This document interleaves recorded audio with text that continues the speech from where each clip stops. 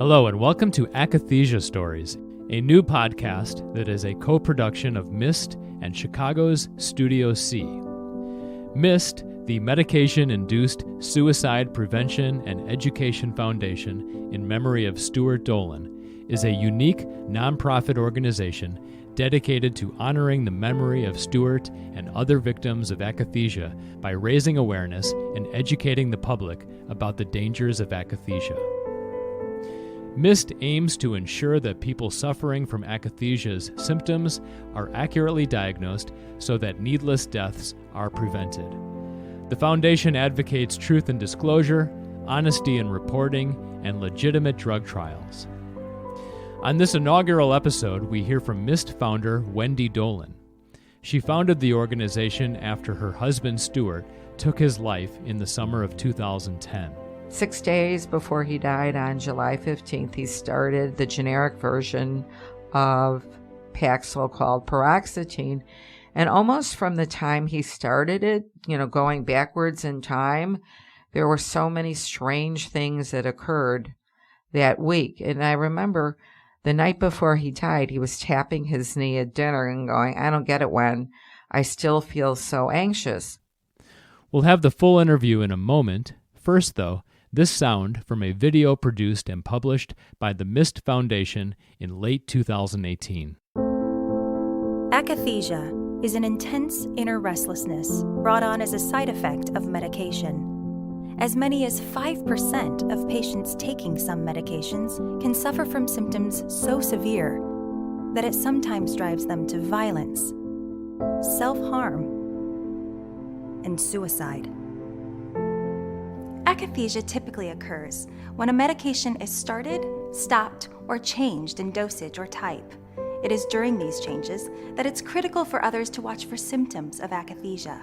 But as a first responder, medical professional, family member, or friend, how can you identify symptoms of akathisia in a patient or loved one? Visible symptoms to watch out for include rocking back and forth, pacing, marching in place, inability to be still, shifting weight, unusual or violent behavior. Less visible symptoms can include an increase in insomnia, anxiety and agitation, irritability, impulsivity, aggressiveness, hostility, and panic attacks. Wendy Dolan is an internationally recognized health and safety advocate and licensed clinical social worker with a private practice in the Chicago area. She lives in Chicago and has 2 adult children. We'll now hear from Wendy in the first of 2 interviews we recently recorded. MIST is the Medication-Induced Suicide Prevention and Education Foundation in Memory of Stewart Dolan.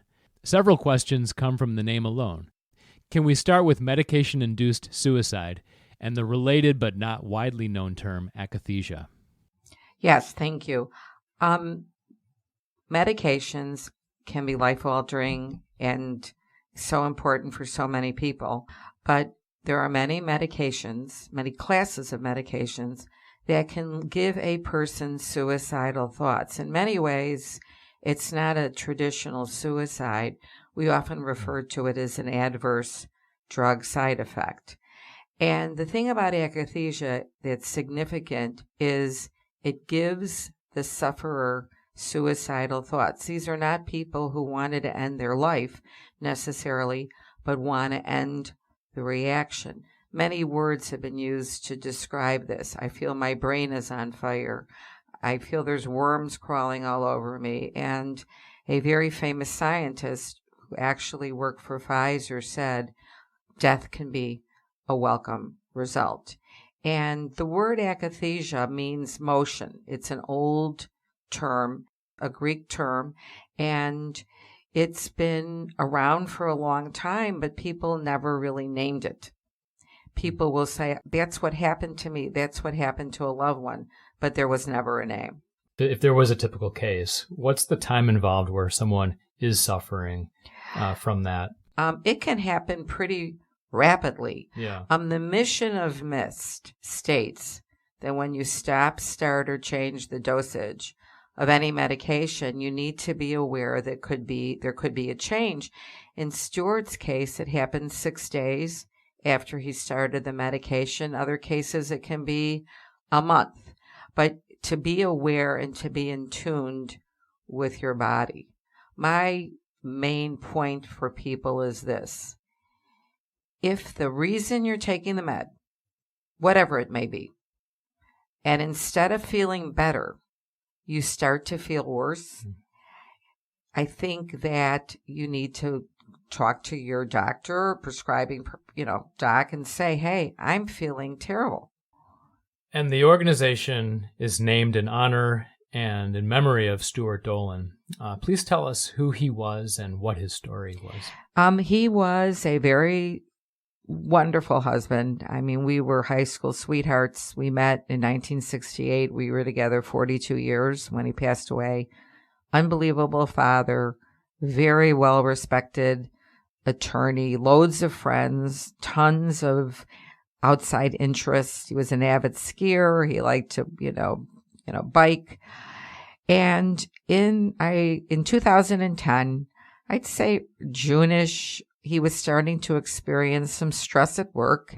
And actually, at my suggestion, I said, why don't you talk to the doctor about getting on a medication?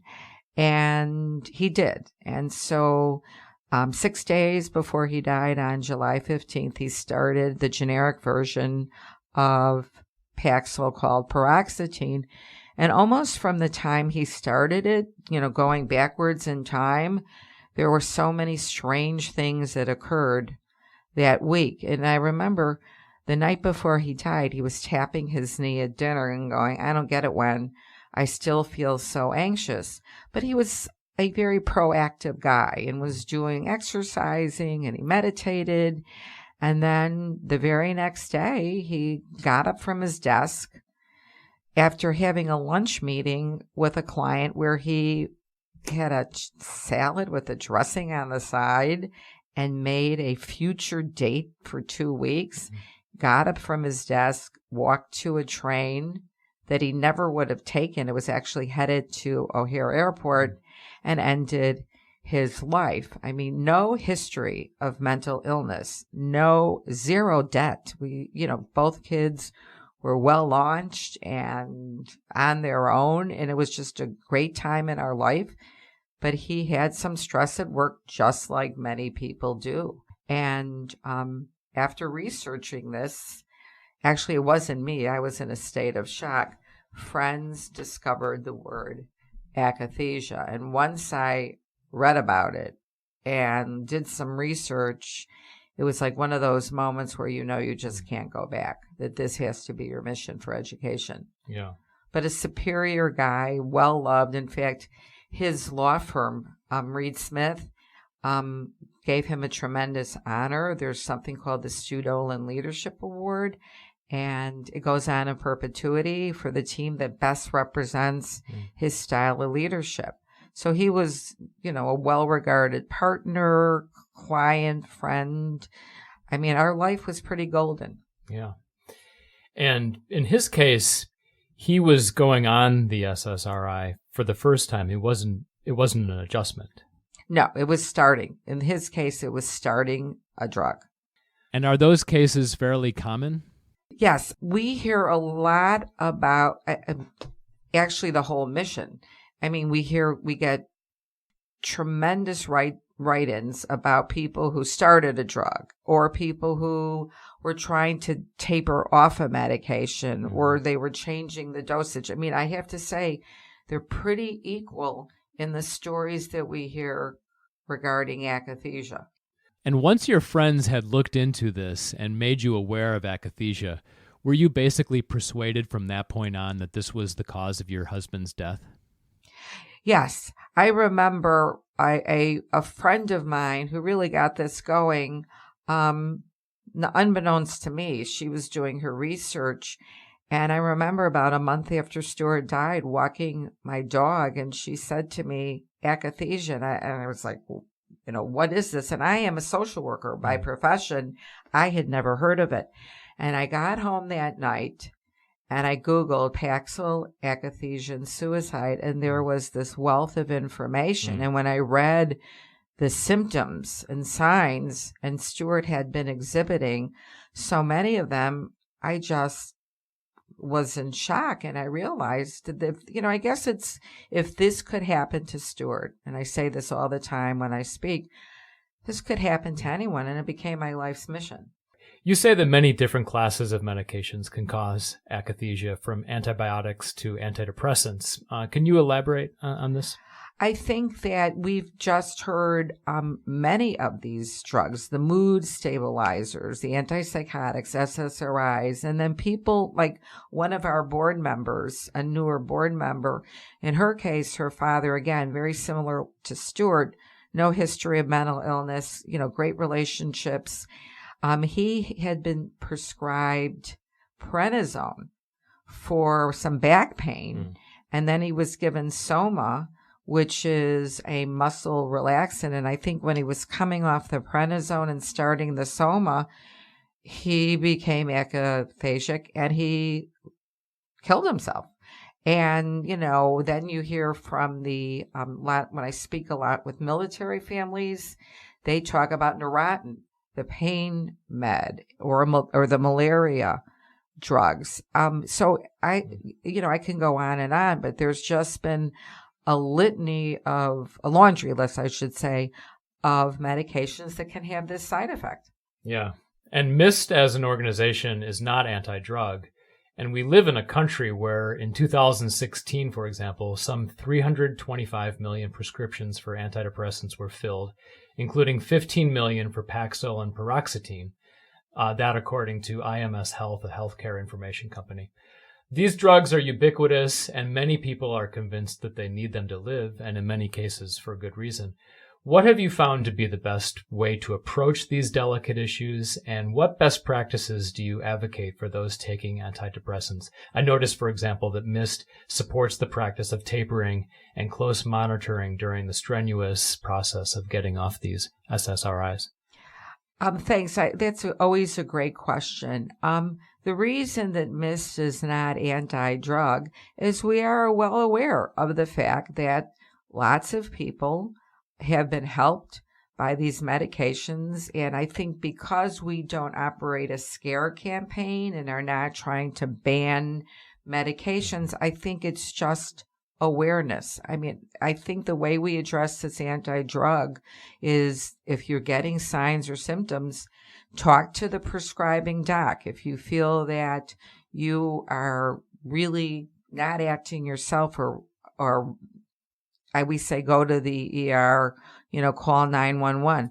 We also advocate the buddy system, that if you are stopping or starting or change the dosage of a medication, let somebody know.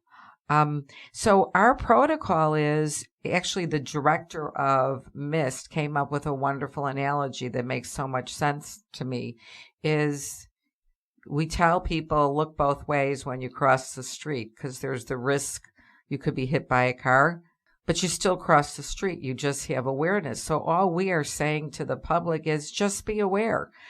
If you are starting to act differently, then I think that this is a conversation you need to have with your doc. And it's just, to us, awareness. Yeah.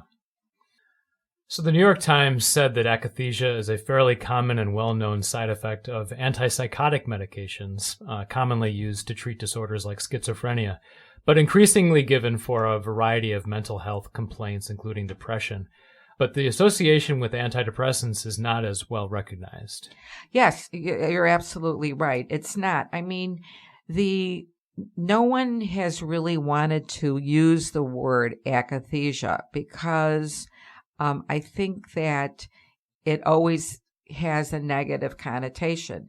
And so I think that people just have felt it, but they haven't had a name for it.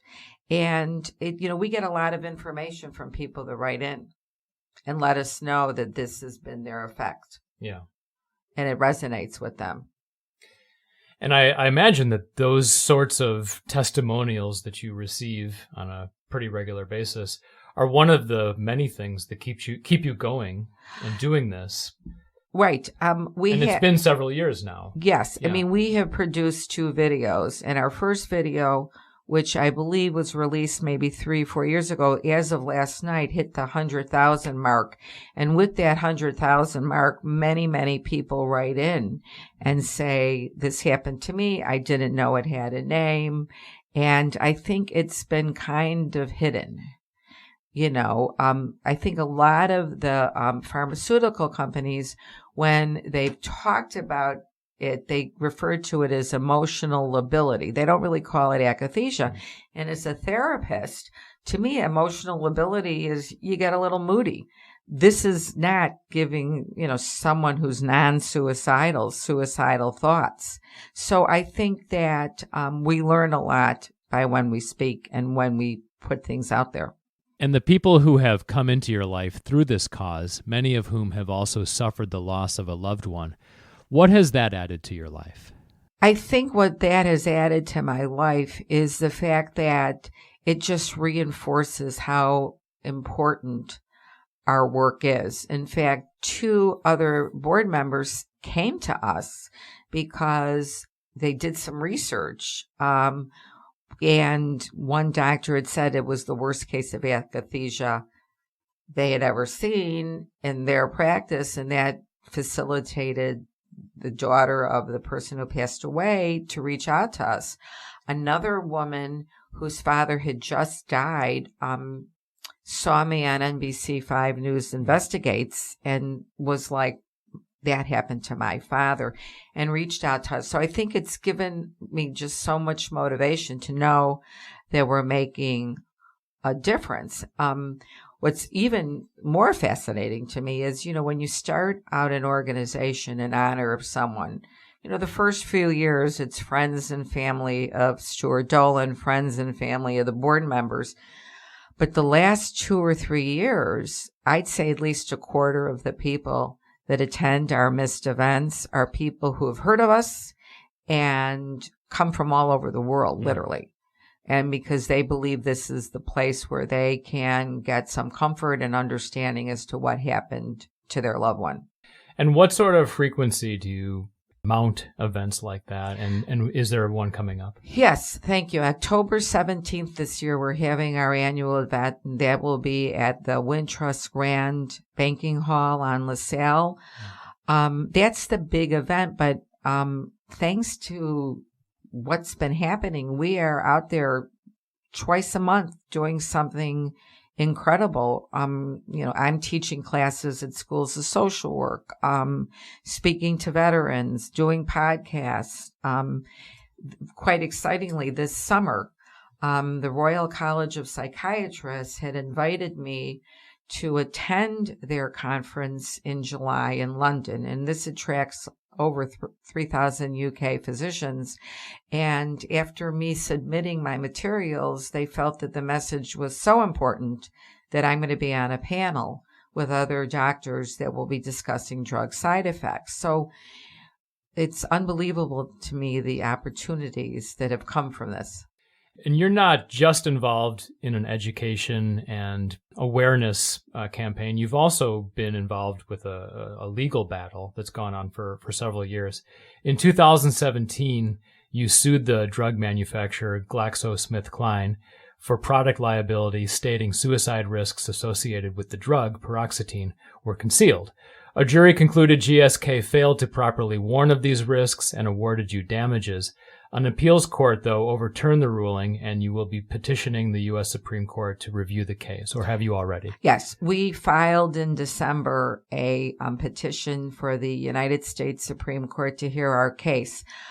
Interestingly enough, when we were overturned in the Seventh Circuit, it wasn't because they didn't, were questioning, what killed Stewart. It was more technicality. The issue in the lawsuit was, who's to blame? Was it GSK or the FDA? The lower court held GSK accountable. The Seventh Circuit held FDA accountable. And because there's a split currently right now in the country, we filed it to the Supreme Court, which will basically be deciding mostly on whether or not, who's responsible. But what has come out of this litigation has been, it's given wonderful press to the word akathisia. And interestingly enough, the jurors in my lawsuit actually saw the real drug studies where close to 30 people died during the drug trial and 40 people developed akathisia. And no, they did not feel the need to report this. So this has just brought up all sorts of issues. And another big issue, which the public is not aware of, is that generics in this country are protected. In other words, 85% of Americans who pretty much take generics, being older and being on Medicare, I have no choice. That's the only thing that's covered. If you are killed, maimed, or anything happens to you, generics are protected. So what was significant about my jury was they looked at it a different way. They didn't care whether Stuart was on a generic. It became a product liability case because if you lie about your product in the state of Illinois, you need to be held accountable. And I think when the jury saw the real side effects, I mean, how could you not be offended by that? And that's why after 6 weeks in a grueling trial, they sided with us. I mean, whether or not the Supreme Court takes, here's the case, and it's a very obviously small percentage. I feel gratified that this case is important enough that it even is, worthy of being, going to the Supreme Court. Yeah. But if they don't pick it up, it's basically done. Yeah. But I've always, in my mind, put my lawsuit in one category and the work of MIST in the other. And so, yes, it will be disappointing. Of course, I feel that it's an important issue because you're leaving Americans with no legal recourse. I mean, in our country, there's a remedy for everything. And this is an issue that just has no remedy. The state Supreme Courts are split. The circuits are split. And so someone has to decide on this. But the work of MIST goes on and, will never stop. So late last year, MIST did a campaign to bring akathisia awareness to riders of the Chicago Transit Authority trains. You've also released public service videos, created an akathisia presentation for first responders, and offer a free 1-hour continuing education course. Are these all projects of the organization's Education Foundation? Yes. I mean, the main thing that we use our money for is to raise awareness. And because we have an international and national and local presence, just through talking to people, we figure out what people need. And by going to all these conferences, we have expanded the populations we work with, and we're willing to go anywhere. I mean, we've done a lot of work recently with veterans because this group of returning vets, or sometimes vets who haven't even seen combat, are killing themselves, I'd say 22 to 23 suicides a day. And just recently, the Congress is starting to look into this and, whether it will actually get some attention. But 2 bills have been introduced to look at the drug cocktails with veterans that are suiciding. And so these are the things that we do.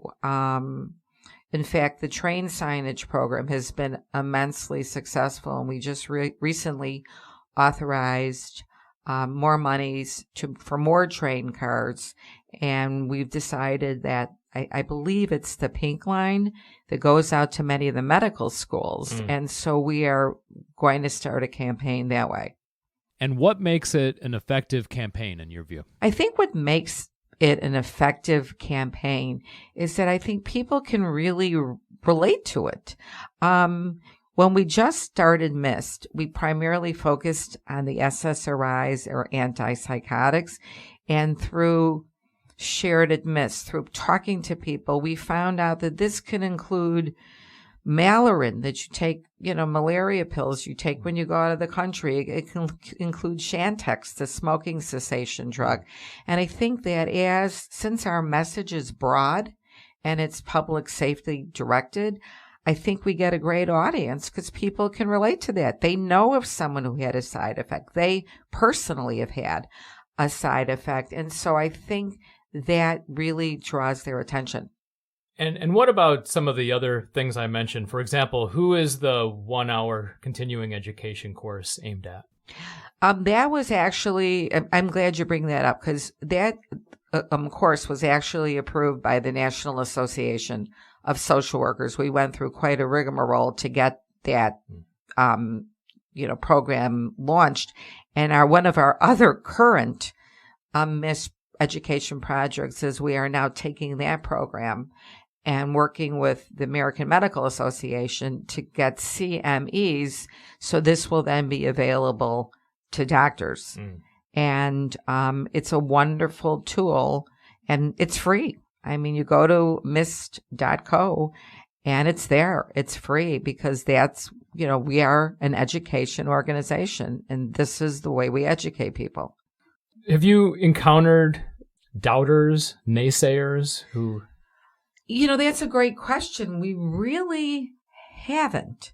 If I had to look over the majority of comments we get, there's a few who, even though we say all the time we're not anti-drug, there's a few people that are worried that we could possibly be discouraging people. But I can't say enough. Every single solitary thing and every action of MIST does not lead to an anti-drug message. In fact, articles are sent in to us that, people who have been really significantly hurt by a drug company and they're very angry. We don't put those articles on the MIST website. The interesting thing is if we get any criticism, a lot of people blame their prescribing doctor. And our reaction to that is, I actually saw the Dear Doctor letter that Stuart's physician received regarding Paxil, where they said, basically this was the next best thing since sliced white bread, and it reduced the risk of suicide when literally they knew that there was an 800% risk of suicide with their medication. So those tend to be the criticisms that we get mainly, and we've tried to respond to them, is in our videos, when I speak, I say you need to call your prescribing doc or go to the emergency room or, call 911. And we get very strong reactions from some people who feel like, oh, well, all they're going to do is give me more meds. They're going to make it worse. Yeah. But quite frankly, other than never taking a medication to begin with, there's really nothing else we can suggest. Mm-hmm. Yeah. And also part of the work that I've done with MIST, which has been very exciting, is because I'm, an internationally recognized advocate. I've been involved with several DC-based, safe patient awareness groups. And when I did work, was asked to be part of the National Center for Health Research's training program, what was shocking to me was the nature of drug trials and how sometimes there's so few people in these drug trials and they're not followed for a long time. So there's a lot of issues that are out there that gives you pause. So I understand you won an international award from ISEP last year. Yes, this was really exciting. I was nominated for this, and what ISEP stands for is the International Society for Ethical Psychology and Psychiatry, and they do their humanitarian / special achievement award, and they gave me the award for akathisia and the awareness that I've raised internationally. So it was a very exciting award to receive. Well, congratulations. Thank you. That's Wendy Dolan in a conversation we recorded earlier this year. In a moment, we'll hear portions of a second interview recorded May 30th, 2019, where Wendy talks about what it's like for people suffering long-term akathisia, her work with veterans, and the troubling revolving door culture of the Food and Drug Administration. If you'd like to find out more and get the best information about this important topic of akathisia, the MIST website is a great place to start. You can find it at mist.co. That's MISSD.co. If you go to our website, the section that says What is Akathisia, you will see the 2 MIST videos, as well as we have an educational PDF that you can print off. We also are on Facebook and Twitter.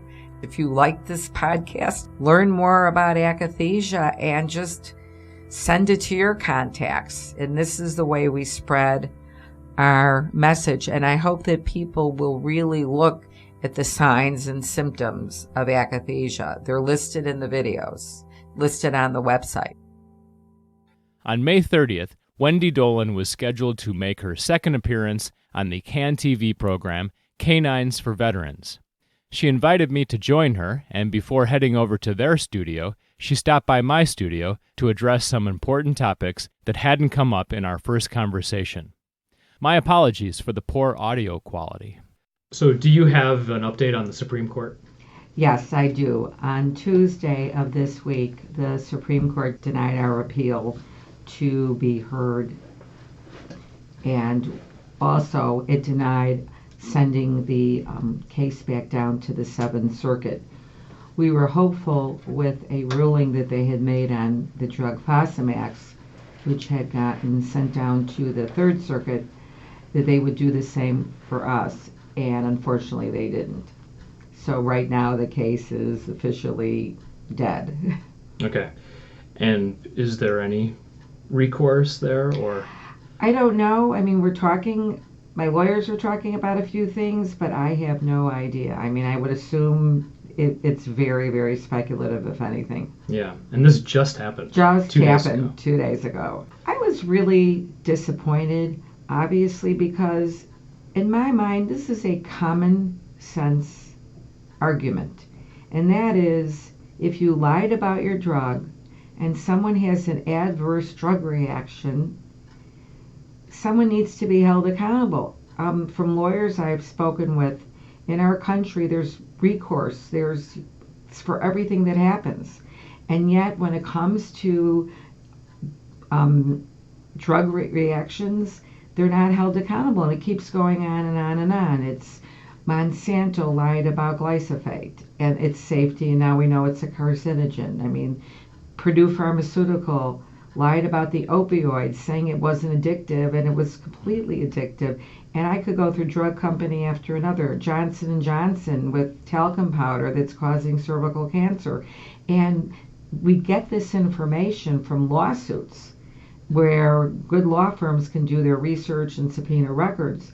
And so what bothers me is that the Supreme Court basically said it's the FDA. It's called preemption. And you're leaving 85% of Americans now without legal recourse, and that's staggering. So I know you have thoughts on FDA composition and funding. What are some of the concerns you have there? I know I was surprised when you cited a statistic as to the funding mix the FDA receives. I would have assumed it was entirely government funded, but it's not. I find the most disturbing statistic about the FDA is that I thought they monitored everything. And literally, you submit a drug study trial to the FDA, and they take some time to approve it, but I thought they were a neutral body that would actually review the data. And what I came to find out is whatever the pharmaceutical or device companies send them, they're basing their rulings on that. And in the case of my case, we found out that they had lied about the problem with suicides over the age of 24. They warn up to the age of 24, but then they stop at 24, even though people died during my drug trial, the drug trial for Paxil, and people became akathisic and they never bothered to report it to the FDA. The other interesting dynamic is what they call the revolving door policy, that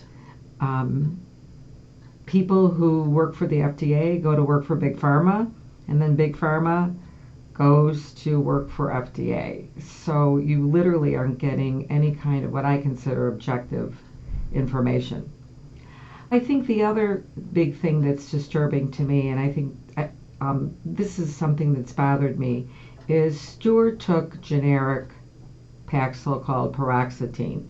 And what came out in our pre-trial motions is that even though GSK, the maker of Paxil, had created the label, they did all the studies, the fact that Stuart took paroxetine, which is the generic, this is how the argument went. GSK said, we didn't manufacture the generic. And then the generic company goes, well, we're just following your formula. And then the FDA seems to be supposed to be monitoring things. And there's this whole back and forth as to who's really responsible for changing the label. And meanwhile, nothing gets done. Yeah. So there's another group of people that we haven't talked about yet. Those being people who suffer the effects of akathisia and don't take their lives. There is a missed video that shows two of them in states of great distress. What is life like for people suffering chronic akathisia? Well, that's a great question. Actually, it's very interesting. When I first started MIST, I was pretty much focused on just what the akathisia that had an instant onset. But then through our work and everybody writing in, we found out that this was chronic. It could go on for years or permanently. And I think what people write in is just the inability to be still and pacing and tapping and rocking back and forth, and they cannot get comfortable. And then the internal, torture. I mean, that breaks my heart. People describe it as in our other video, that their brain's on fire, their tongue feels like they're sucking on a battery. And I think it's really, really tragic. I mean, when you talk to people you get how they describe it. I mean, if your viewers are interested, if you go to any of the two akathisia videos, there's comments from people who have written in, and their internal experiences are awful. Yeah. So later today, we're going to head to CAN TV for an event you're doing with veterans. What is the story of your becoming involved with the veterans you work with, and how do military service and akathisia typically intersect? I would imagine PTSD and post-op recovery are a couple leading reasons why former military personnel become medicated. I became aware of the problem with overmedication of the military when very, very early on, when MIST did their Out of the Darkness walk. At that time, we had T-shirts with our logo on the front and the definition of akathisia on the back. And inevitably, during that walk, people kept tapping me, and they were inevitably military people, and said, I never knew it had a name. I didn't know what this was about, and that's what happened to my loved one. And we started to, and then all of a sudden, around that time, they were doing a lot of stories in the news about suicides in the military. And I had read an article, I believe in Military Times, where it talked about this was the most highly medicated group of veterans coming back from war. And their suicide rates to today are still 20 to 22 a day. And so we decided that this was a very important population. So we put resources towards going to, I forget the acronym, but it's the Army Physicians Convention. And we went to DC, we went to Virginia, and ironically, one of our board members knows the founder of Canines for Veterans, Mike Tellerino. And I met with them, and we, heard their stories. And then I also spoke at one of their events, You'll Never Walk Alone. And again, everybody kept coming up to me. I knew this was a problem. I didn't know it had a name. And so Mike and I did our first show just introducing their viewers to what is akathisia. And then this show tonight will be further discussions of what is akathisia. And also, there's been some interesting legislation out there where we're hoping that could make a difference. I think what's tricky about this is, yes, veterans have PTSD. They have trouble adapting to civilian life. There's guilt. There's multiple deployments. There's multiple reasons why they are having struggles. But what I find staggering is no one has yet done the correlation between medications and suicide. So this new bill that I'll be talking about tonight actually is the second bill that's just been introduced, but no action yet, where the VA is finally saying what drugs were they on, how long were they on them, what were their combos. And the other staggering statistic about the military is I met vets who came up to me at these events and talked to me. One person was on 18 drugs. You know, and there's this, and the problem is VA services are limited, and so they're given 3 months cocktails of drug with no in between. And what ends up happening is they take the medication. They're not feeling great. So most doctors up the dosage. Then after that, they introduce another drug to kind of counteract that. And then if you are having pain from your injuries, you're on Neurontin. That can lead to suicide. So you get these multiple cocktails with lack of regulation. And, we hope to raise awareness. So this is a bill that's been introduced in the House in D.C.? Yes. I mean, there were two bills. There was H.R. 4640 that was introduced in 2016, and it still says introduced if you look up the bill. And then in January of this year, another bill was introduced. I believe it's veterans overmedication and suicide. So there seems to be an awareness now that this could be a contributing factor, but whether or not any action is taken on it, I have no idea. And that bill is H.R. 100, the Veteran Overmedication and Suicide Prevention Act of 2019, sponsored by Florida Republican Representative Vern Buchanan. The House Veterans Affairs Subcommittee on Health held a hearing on the bill at the end of April. No action has since been taken on the proposed legislation. If you'd like to learn more about the bill, please visit congress.gov. And if you'd like to contact your House representative, the bill again is H.R. 100. You've been listening to the Akathisia Stories podcast. We'll have another episode next month. If you'd like to share your own story for this podcast, please email studio.c.chicago@gmail.com. And please share this podcast and subscribe. I'm Andy Miles, and I'd like to thank Wendy Dolan for her time and candor, and I'd like to thank you for listening.